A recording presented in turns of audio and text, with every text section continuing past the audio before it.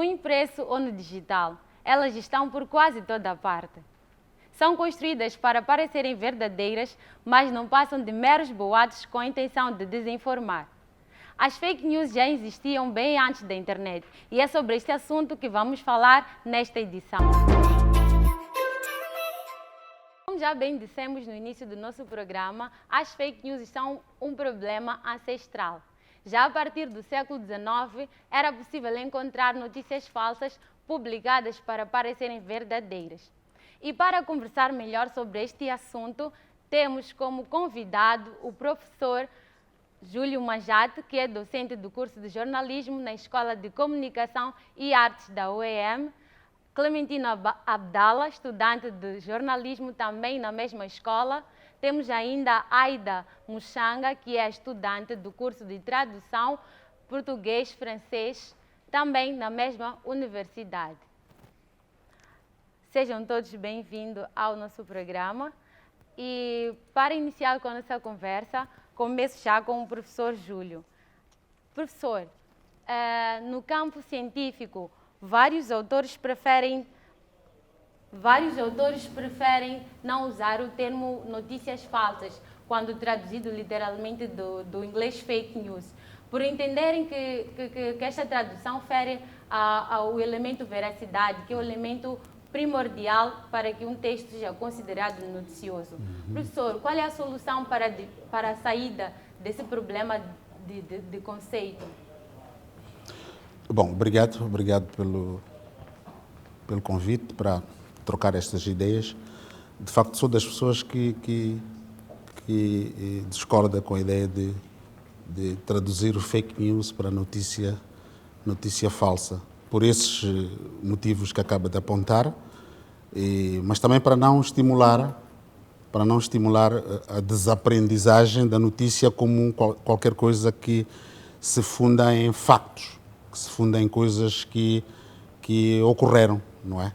Que, na verdade, o trabalho do jornalista ao produzir a notícia tem como fundamento, tem como sustento algo que tenha acontecido. Se não aconteceu, então é ficção.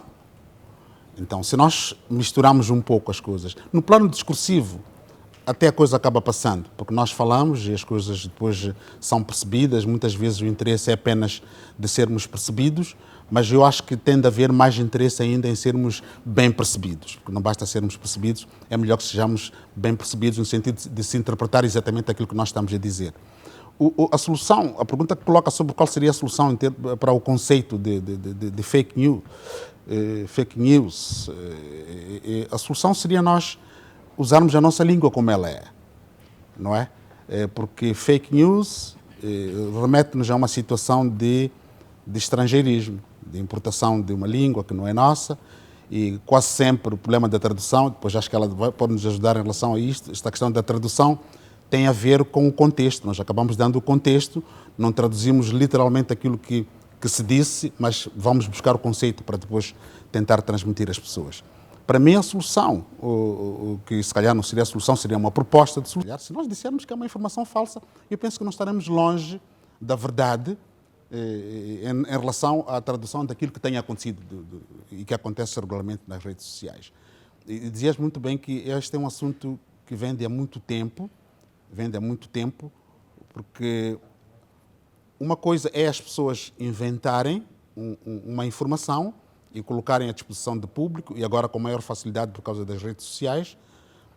Outra coisa é as pessoas inventarem uma coisa e colocarem num órgão formal de comunicação social. Aí é que as coisas se complicam.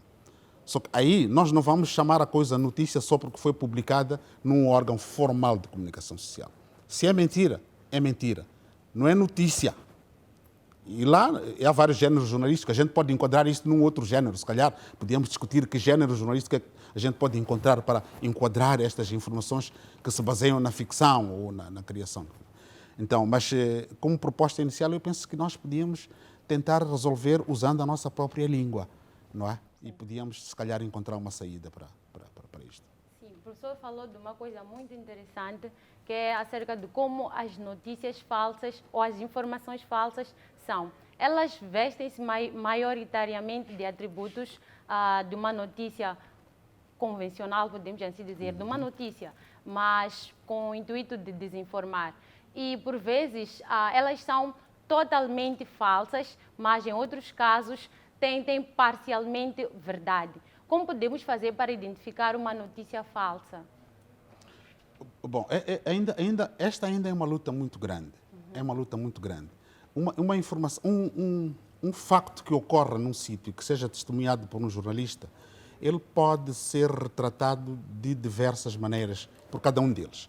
Cada um deles já ter o seu framing, do ponto de vista daquilo que são as convicções dele, do ponto de vista daquilo que é o conhecimento que ele tem, a experiência que ele tem de vida, a informação que ele tem sobre, não só sobre aquele assunto, como também sobre a cultura geral, que ele tem a informação no seu todo. Então, cada um vai ter um framing que vai ser diferente.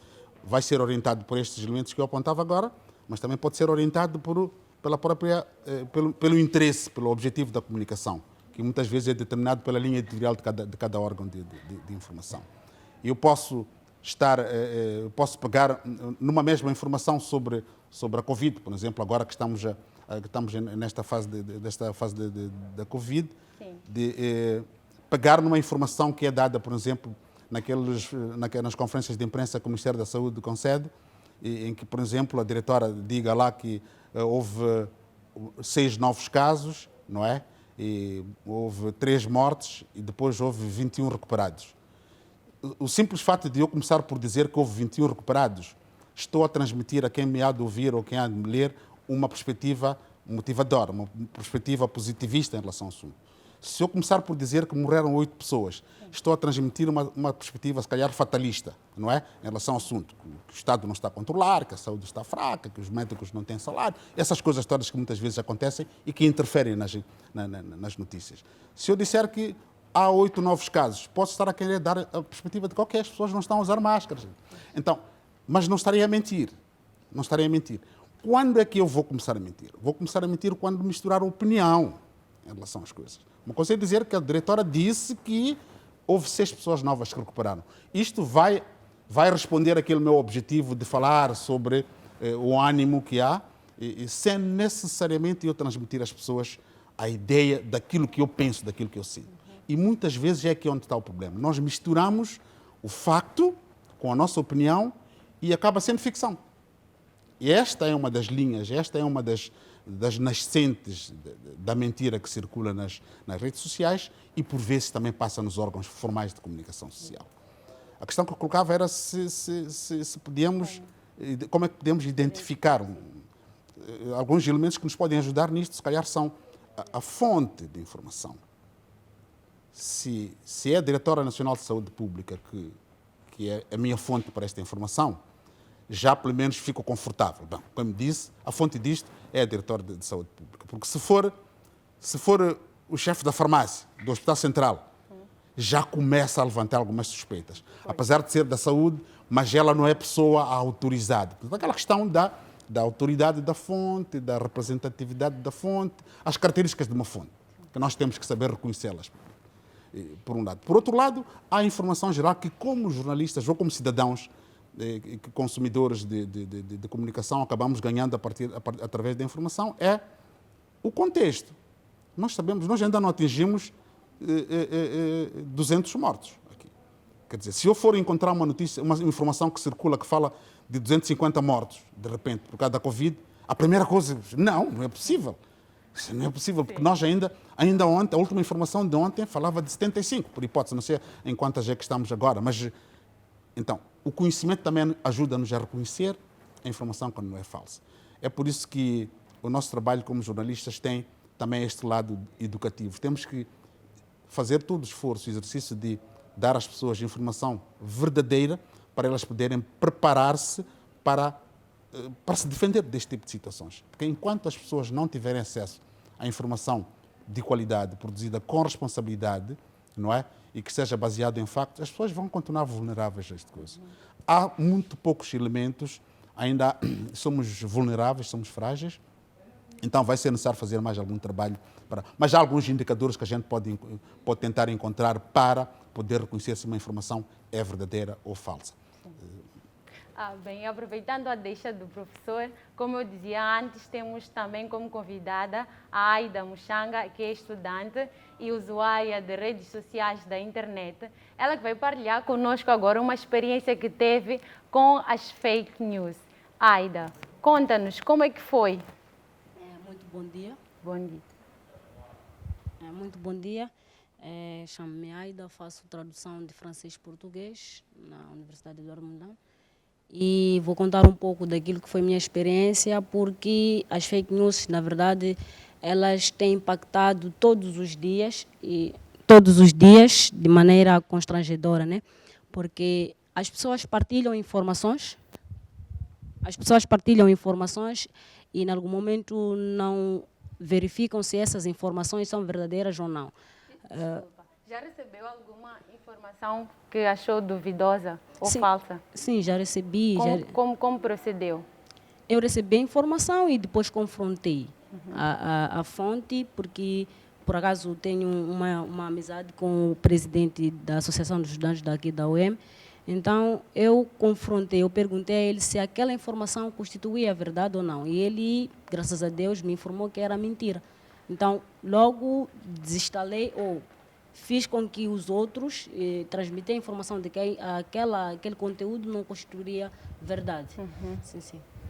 Clementine, como estudante de jornalismo, na tua opinião, por que as fake news mobilizam tantas partilhas assim?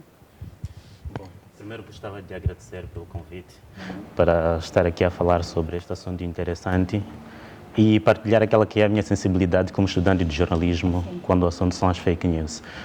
Bom, primeiro eu gostava de começar por referir a questão de fake em si, que o professor Manjate bem aqui falava, que é a questão de fake e que tem que ver com a questão da tradução.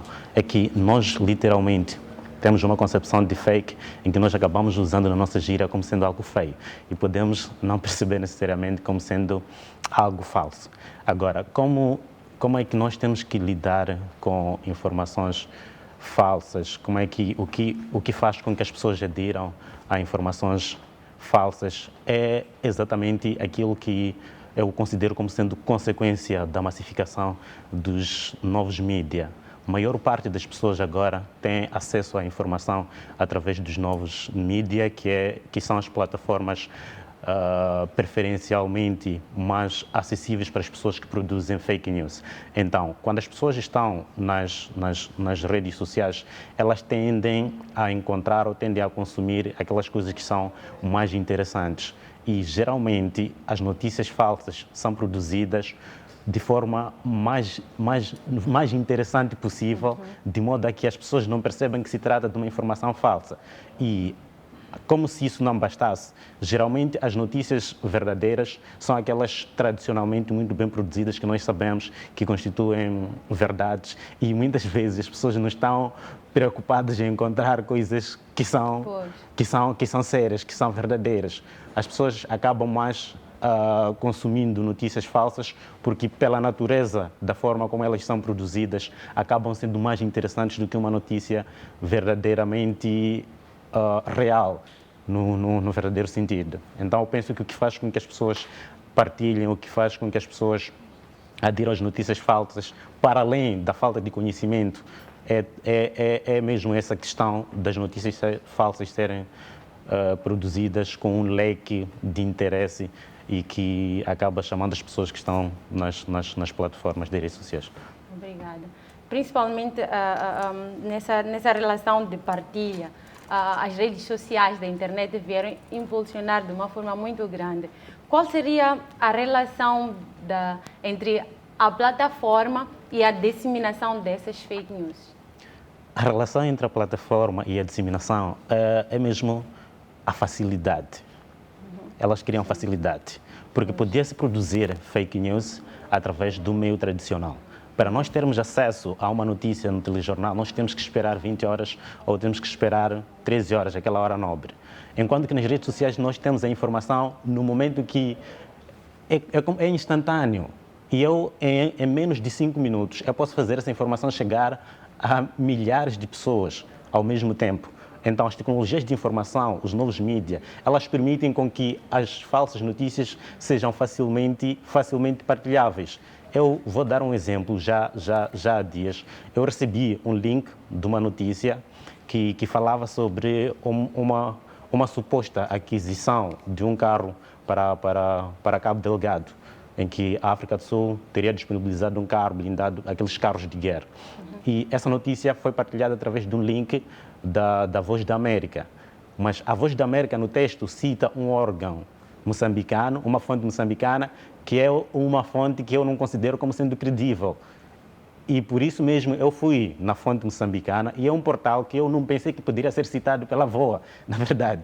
E quando eu cheguei lá na fonte moçambicana, que é citada pela VOA, o texto que eu encontrei é o mesmo texto que a VOA publicou. Aquela fonte moçambicana que foi citada na VOA acaba citando a si mesmo.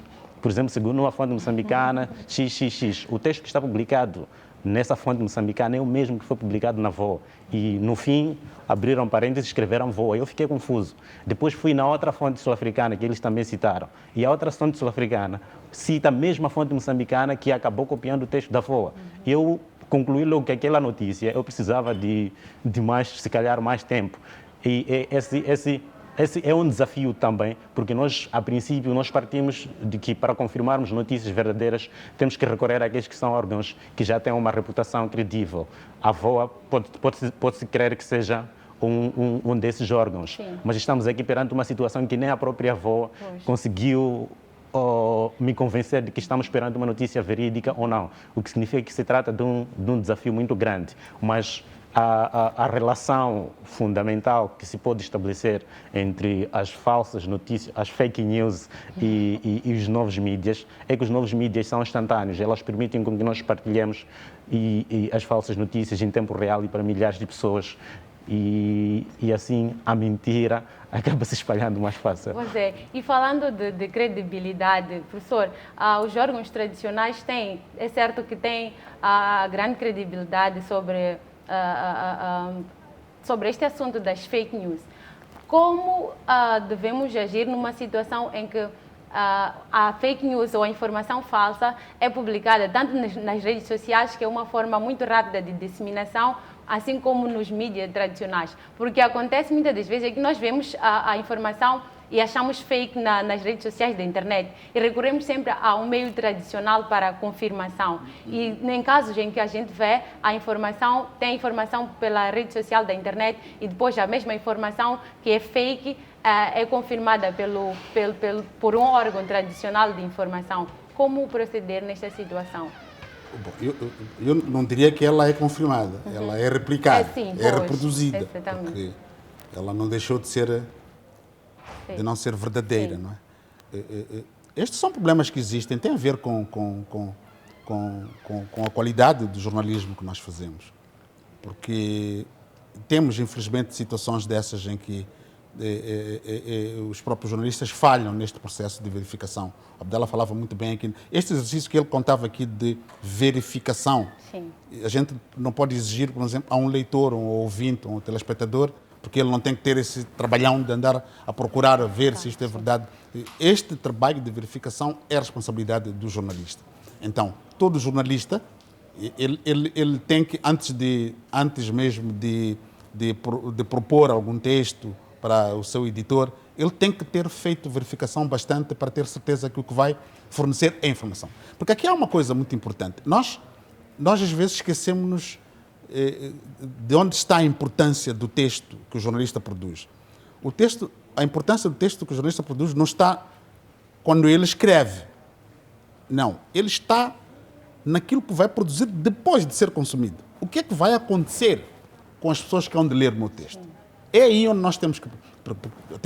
Pode ser uma piada. Eu posso pegar num livro de anedotas, ler e começar a rir, não tem problema nenhum.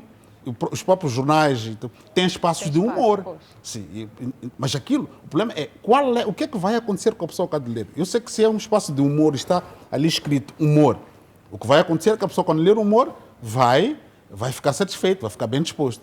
Mas se eu colocar humor que pode meter um pouco de exageros à realidade, meter num espaço que é para noticiário, aí já não estou a cumprir muito bem como papel. Aqui, exatamente em relação à sua questão, a solução é: as pessoas têm que ser mais profissionais, têm que levar os procedimentos mais a sério, tem que se dar tempo para fazer o trabalho corretamente.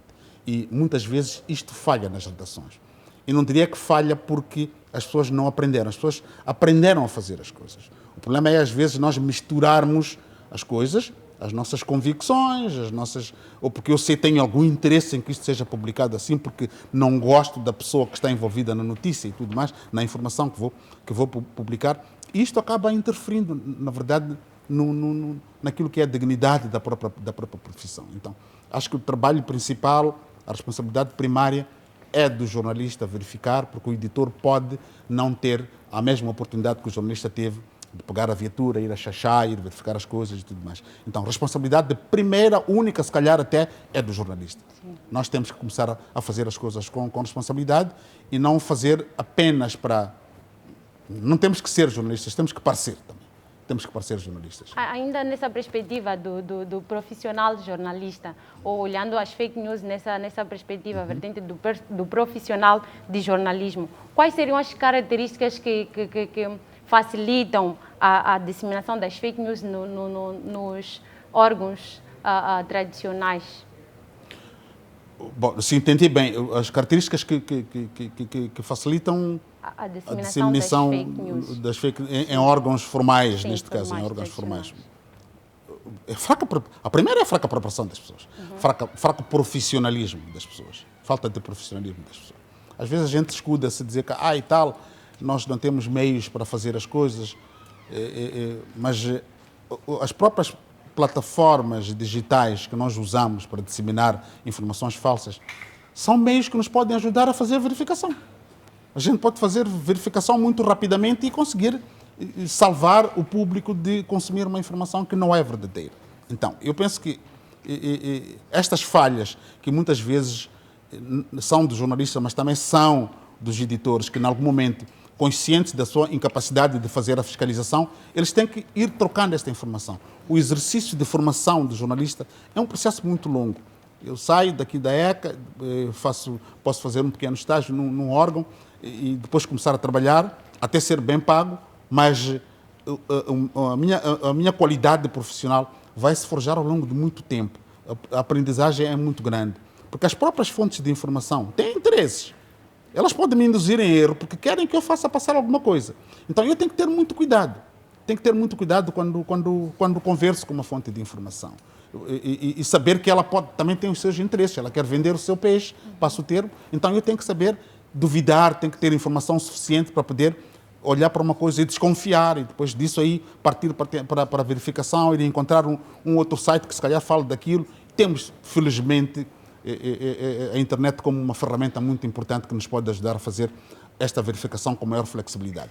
Então, eu penso que o desafio está mesmo nas redações, está nos órgãos de comunicação social formais, de treinar as suas pessoas, não é? Um treino já prático, não é? Para que as pessoas saibam que, de facto, atenção, porque você saiu da escola, você está formado, tudo bem, mas aqui já é contacto com um mercado que é extremamente violento. As pessoas vêm, podem lhe propor abertamente ou explicitamente pagamento para tu não fazeres uma coisa ou para fazeres outra, mas podem não fazer isto, dissimular um interesse e dizer-te uma coisa que não é verdadeira e depois, porque é o indivíduo X que lhe disse. Já aconteceram várias situações dessas, em que pessoas, fontes aparentemente credíveis, induziram jornalistas em erro e depois não houve verificação e depois no dia seguinte saíram informações que não correspondem exatamente à verdade. Obrigada, professor. Já voltaremos à conversa. Aida, na tua opinião, qual é o impacto negativo das fake news na academia? Sim, o impacto é negativo porque as pessoas vinculam informações de forma errada, consequentemente tomam decisões erradas, alteram comportamentos que deveriam continuar no padrão e, para além de atiçar-se revoltas, porque fake news ser divulgado com a intenção de alterar um certo comportamento, a outra pessoa que vai divulgar o fake news disseminando uma certa informação e que eu vou vincular aquela informação e vou causando rivalidades com outras colegas ou outros órgãos que departamentos. Nós recorremos a informações que são divulgadas para serem referências dos nossos trabalhos, por exemplo. E não são todos que estão na academia que têm a possibilidade de identificar que uma certa informação é falsa ou não. É preciso um certo nível de conhecimento que talvez eu podia dizer que nós, como estudantes de jornalismo particularmente, somos sortudos nesse aspecto porque dispomos de alguns elementos que nos permitem pelo menos identificar que esta informação, que nos permitem pelo menos duvidar. Mas suponhamos um colega que, por exemplo, está na Faculdade de Engenharias, ele não está preparado para a área de analisar um conteúdo de notícia. Para ele, essa notícia é verídica, essa notícia não é verídica. E quando nós fazemos nossos trabalhos, não apenas recorremos à bibliografia do ponto de vista de livros, mas também recorremos a textos que são divulgados em forma de notícia. E se aquelas notícias são falsas, significa que estamos a comprometer todo um processo, estamos a comprometer até os trabalhos que nós estamos a produzir. Estamos a produzir também trabalhos falsos porque baseamos-nos em fontes falsas. Então, tem um grande impacto negativo e se quiser puxar essa questão para o lado de jornalismo, eu diria que nós somos uma geração, digamos, sortuda em termos de disposição de meios para a nossa formação, mas também somos uma geração que é desafiada com o aparecimento desses novos conceitos que têm que ver com fake news e que nós temos que estar preparados para lidar com isso, para que sejamos nós que vamos dizer às pessoas que isto existe e que isto é aquilo, isto não é isso. Então o desafio é enorme e os impactos também são grandes na academia. Certo, professor, mais uma vez voltamos à conversa. Numa perspectiva do corpo docente, qual é como é que o corpo docente faz, ou o que o corpo docente faz para combater a questão das fake news no contexto acadêmico? Como docente, naturalmente que temos, não só eu, mas temos todos que encontrar maneira de ajudar as pessoas, ajudar os estudantes, sobretudo, a terem esta habilidade de identificar como é que é a informação falsa. Ou, pelo menos, estimular as pessoas a duvidar das coisas, a duvidar das informações que chegam. Sobretudo, olhando para a fonte de onde essa informação possa estar a vir. Eu acho que nós temos aqui um desafio que é muito grande, que tem a ver com por exemplo, ao nível da investigação. Há motores de busca que podem nos ser úteis. Não quero aqui nomear, que é para evitar entrar em problemas, mas há motores que já, à partida, nos habituaram a fornecer informações que não são muito credíveis. Então, se a gente tem que trabalhar com o estudante, tem que recomendar, por exemplo, alguma pesquisa em algum sítio, a gente já pode ir avançando, avisar que atenção com os materiais que vocês tiram do ponto X e do ponto Y. Ou então recomendar, olha, trabalhem com este ou aquele site, porque reúne alguma informação, algum nível de credibilidade. Este já é um bom exercício de apoio para as pessoas se prevenirem. Eventualmente, poderemos encontrar em qualquer outro site informação que não é muito correta, mas o risco, se calhar, será menor em relação a muitos outros que existem, que nós já conhecemos e circulam por aí, sabemos que não tem muita credibilidade. Então, este exercício, esta recomendação saída de um docente, penso que pode perfeitamente ser útil como um exercício de ajudar as pessoas, os estudantes, a terem mais cuidado em relação a isto. Mas também há a componente de as pessoas têm que se informar, as pessoas têm que ser autodidatas, têm que tentar aprender mais. Os livros são mais... Como fazer ou o que fazer para não cair na armadilha de ser favorável ou de estar contra alguém?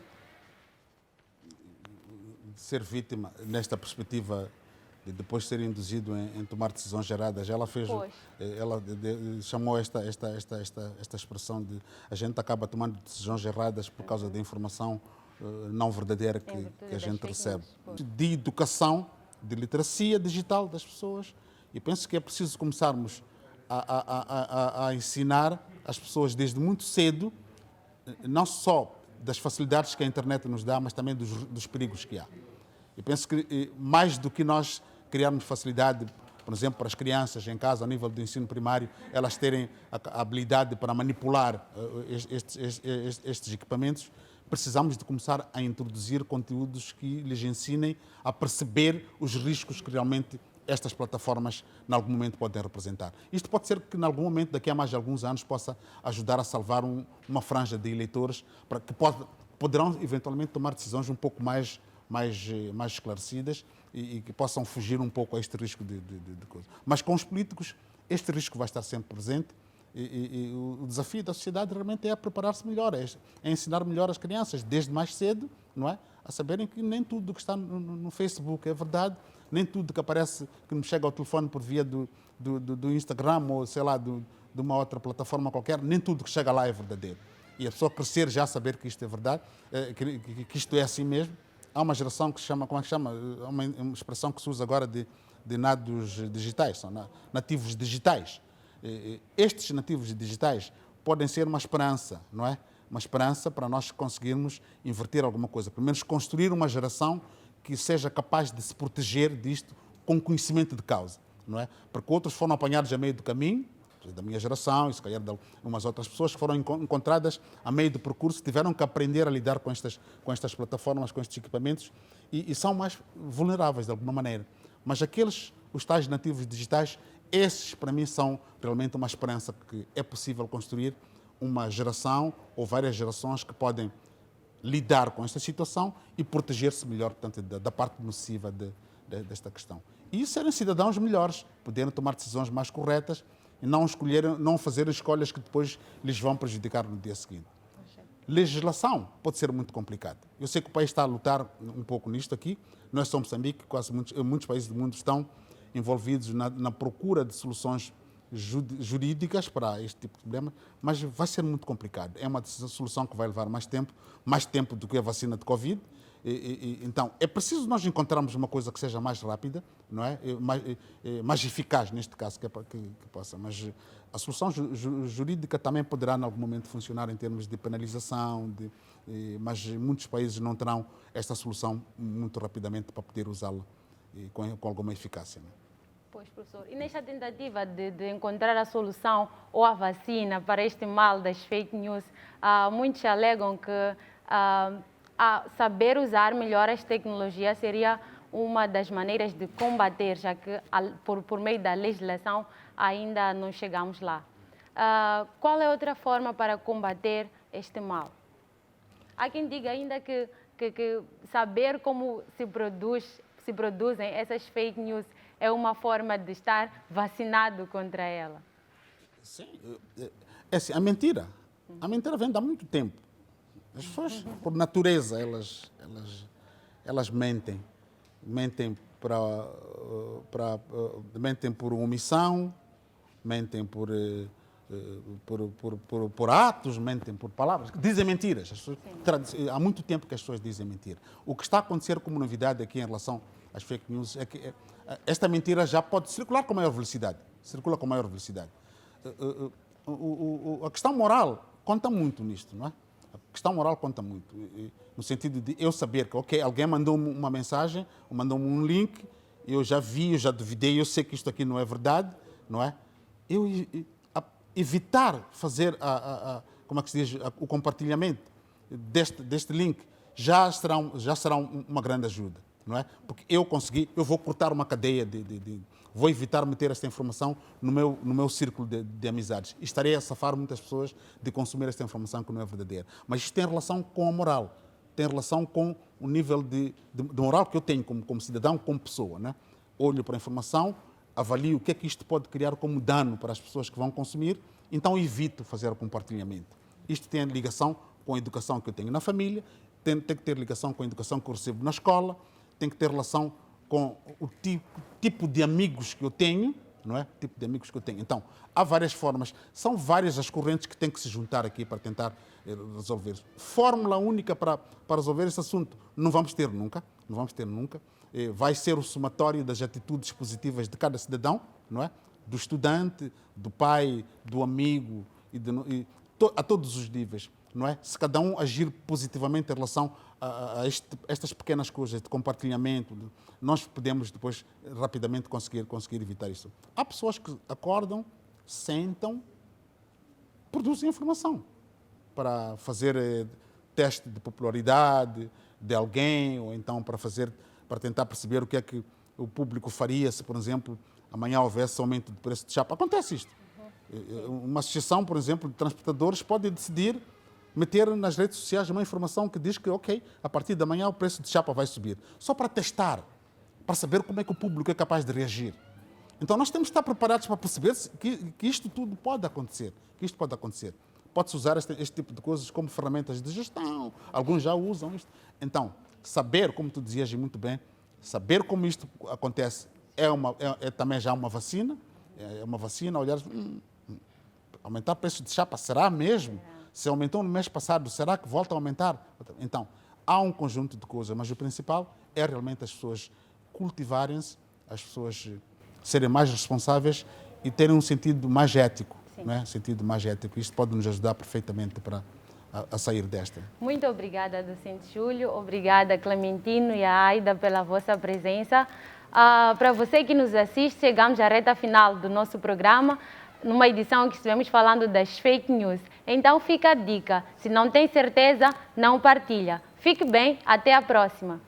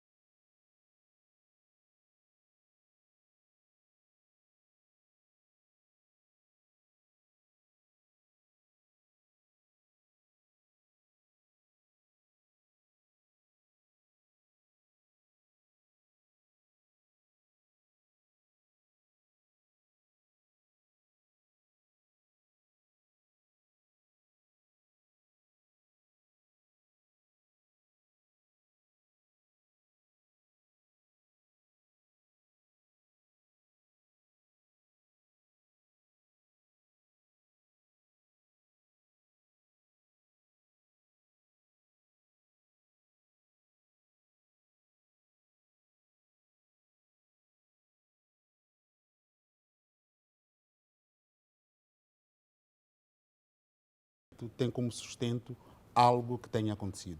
Se não aconteceu,